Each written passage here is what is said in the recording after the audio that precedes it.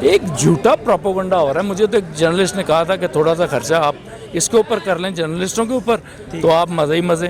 اور حقیقی بات ہے, اب دیکھیں نا, آپ کسی کا گھر تباہ کر دیتے ہیں, یہ جرنلزم ہے کہ بھائی میں ایک معزز آدمی ہوں, میری بیٹی ہے گھر میں, میری کوئی ایسے ہی چلا دے ویڈیو کہ جی انجینئر افتخار کی بھی ویڈیو آ رہی ہے رحیم شاہ کے ساتھ اور یہ فلانا کر رہا ہے, تو میں اپنی بیٹی کو کیا منہ دکھاؤں گا, اپنی بیوی کیسے سامنا کروں گا, اپنے جوان بیٹوں کا کیسے سامنا کروں گا. تو یہ فواد چودھری کا یہ کہتے ہیں نا, انہوں نے غلط کیا.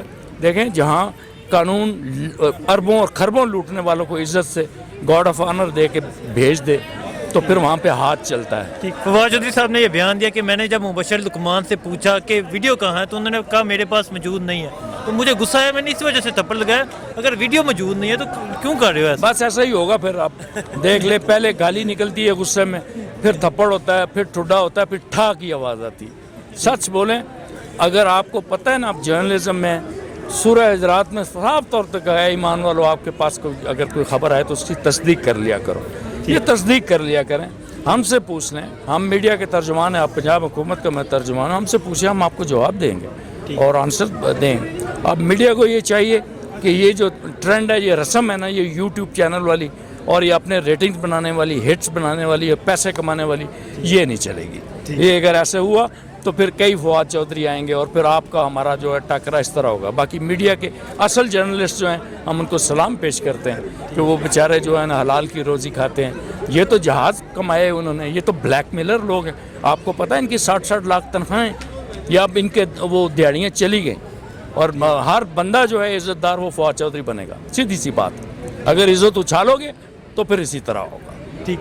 وزیر اعظم عمران خان صاحب کی حکومت کے حوالے سے کیا کہتے ہیں؟ 1.5-2 سال ہو گیا, خان صاحب تبدیلی کا نعرہ لے کر آئے تھے, تو کیا لگتا ہے ابھی تک کون سی تبدیلی آئی ہے؟ اچھا, میں حیران ہوں, مجھے تو بڑی اچھی تبدیلی لگ رہی ہے کہ میں بھی ایک پاکستان کا ایک شہری ہوں, جس طرح بہت سارے 22 کروڑ لوگ رہتے ہیں. آپ یقین کیجئے کہ وزیر اعظم عمران خان کی حکومت سے پہلے جس ایریے میں رہتا تھا, مجھے یہ ڈر ہوتا تھا کہ میری کار چوری ہو جائے گی. یہ بدماش جو لوگ ہیں وہ گن پوائنٹ پہ کچھ چھین لیں گے مجھ سے, لمبے لمبے بالوں والے, چولوں والے. سب سے پہلے جو ہے آپ کو پتہ ہے کہ امن جو ہے وہ بڑی چیز ہوتی ہے. تو امن تو الحمدللہ یہاں پہ آپ نے دیکھا, کل راولپنڈی پولیس نے شہادتیں دی ہیں, تو یہ وہی پولیس ہے کیا؟ آپ سوچیں گے کہ یہ پولیس, یہ کبھی مرتے تھے, یہ تو مارتے تھے.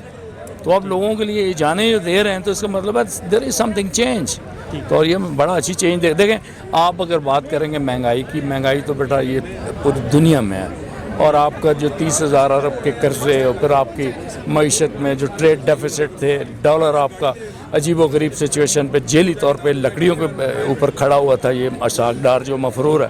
تو ان لوگوں نے جب فراڈ کیا کہ اس ڈالر کو خرید کے مارکیٹ میں پھینک دیتے تھے, اس کو 100 کے اوپر رکھا ہوا تھا. اب کیا ہوا, جب ایماندار لوگ آئے, سارے لوگ آئے, تو یہ ڈالر جو ہے اوپر چلا گیا. لیکن اس سے کیا ہوا کہ اگر ڈالر اوپر چلا گیا بیٹا, تو جو مزدور 600 روپے دیہڑ لیتا تھا وہ اب 1,200-1,000 روپے لیتا ہے. اور اب انشاءاللہ جو انویسٹمنٹ آ رہی ہے, یہ جو نیب کا خوف ہٹایا ہے سرمایہ داروں کے اوپر, انویسٹرز کے اوپر, اس سے آپ بہت تبدیلیاں دیکھیں گے. کل ہی جو فیصل آباد میں آپ کو پتا ہے کہ 3 لاکھ لوگوں کی نوکریوں کو بندوبست ہو گیا. تو اس طرح کے جو پروجیکٹ آئیں گے انشاءاللہ پاکستان بدلے گا. تو یہ بتائیں, اس حکومت میں ایک عام آدمی کے لیے کون سا ریلیف دیا گیا؟ جیسے صحت کارڈ آیا, تو کیا لگتا ہے خان صاحب نے جیسے یہ بیان دیا 2020 خوشحالی کا سال ہوگا, کیا لگتا ہے یہ خوشحالی ہے کہ پہلے دن پیٹرول مہنگا ہو گیا؟ دیکھیں, پیٹرول کا آپ پڑھے لکھے آدمی, ایسا کویسچن آپ کریں. اب دیکھیں, یہ جو واقعہ ہوا ہے ایرانی جو ان کا جنرل مارا گیا, اس کے ساتھ ہی ڈالر کی پرائس اپ ہو گئی. ڈالر تو آپ مارکیٹ ایک اوگرا کا نظام فٹ ہے, اس کے مطابق ہوتا ہے. لیکن آپ کمپیریٹیولی یہ دیکھیں کہ اگر ڈالر کی پرائس سے اور روپے کی پرائس سے پرانا آپ کمپیریزن کریں تو پیٹرول آپ کا اب بھی سستا ہے. دیکھیں نا, اب جب آپ کا ڈالر 100 کا تھا اور اب 155 کا ہے, تو 113 روپے کا تو نواز شریف دور میں بھی رہا. تو اس میں بھی سبسڈی ہو رہی ہے. پھر اس کے بعد 6 روپے یوٹیلیٹی کارپوریشن کو دے دیے گئے ہیں. آٹا, چینی, دال, گھی, اس کی پرائسز کم ہوئے ہیں. جو اچھا کام ہوتا ہے اس کو میں سمجھتا ہوں اچھالنا چاہیے. اور اب کریکٹر بلڈنگ ہو رہی ہے قوم کی, اللہ کے فضل و کرم سے. یہ ایسی قوم ہے کہ اس میں جواب دہی ہے. ہمارے وزیر ایسا کام کرتے ہیں جیسے صبح ان کا پرچہ ہوتا تھا. میٹرک میں ہم پڑھتے تھے نا, اتنا محنت کر کے جاتے ہیں.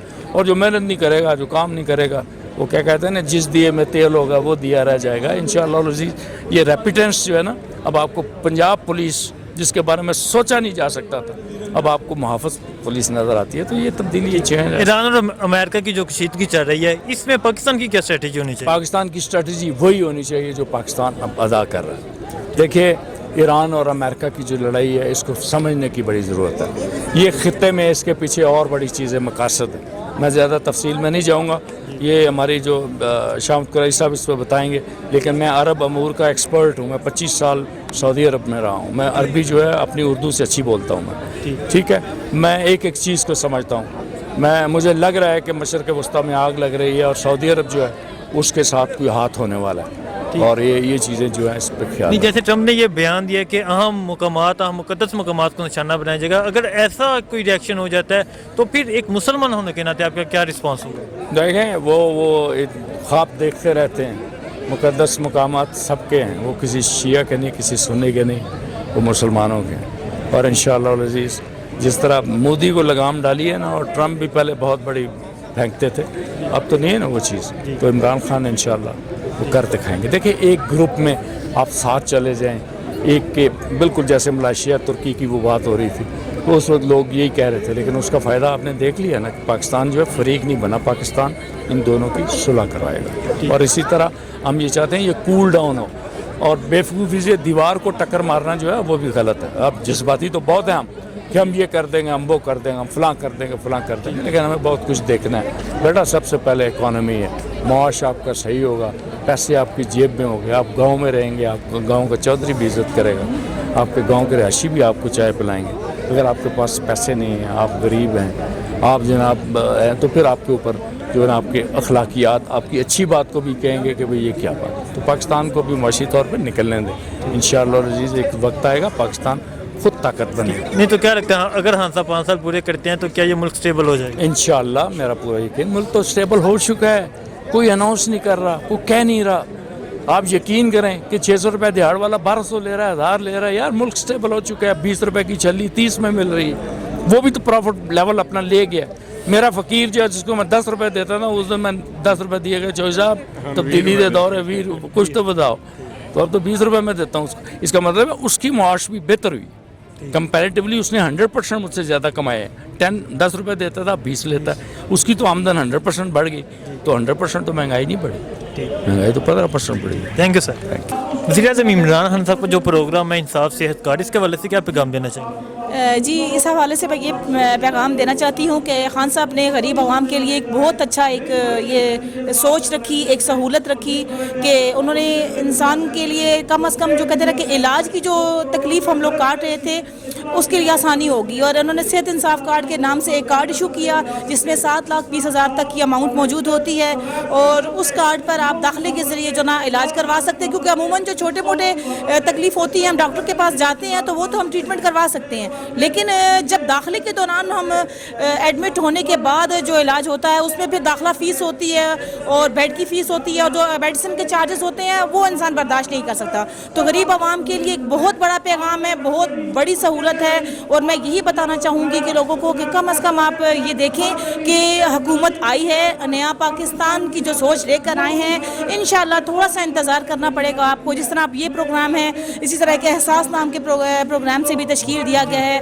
اس میں راشن کارڈ کا بھی ایک ایشو بنا ہوا ہے. تو لوگ غریب لوگ ہیں جو راشن وغیرہ کے لیے نہیں کر سکتے، ان کا روزگار نہیں ہوتا، تو ایک وہ کارڈ بھی ایشو کیا جائے گا. اور کافی مطلب سروے میں بہت سی سہولیات میسر کی جائیں گی اور انشاءاللہ آسانی ہوگی. نہیں تو کیا کہتے ہیں حکومت کے حوالے سے آپ مطمئن ہیں؟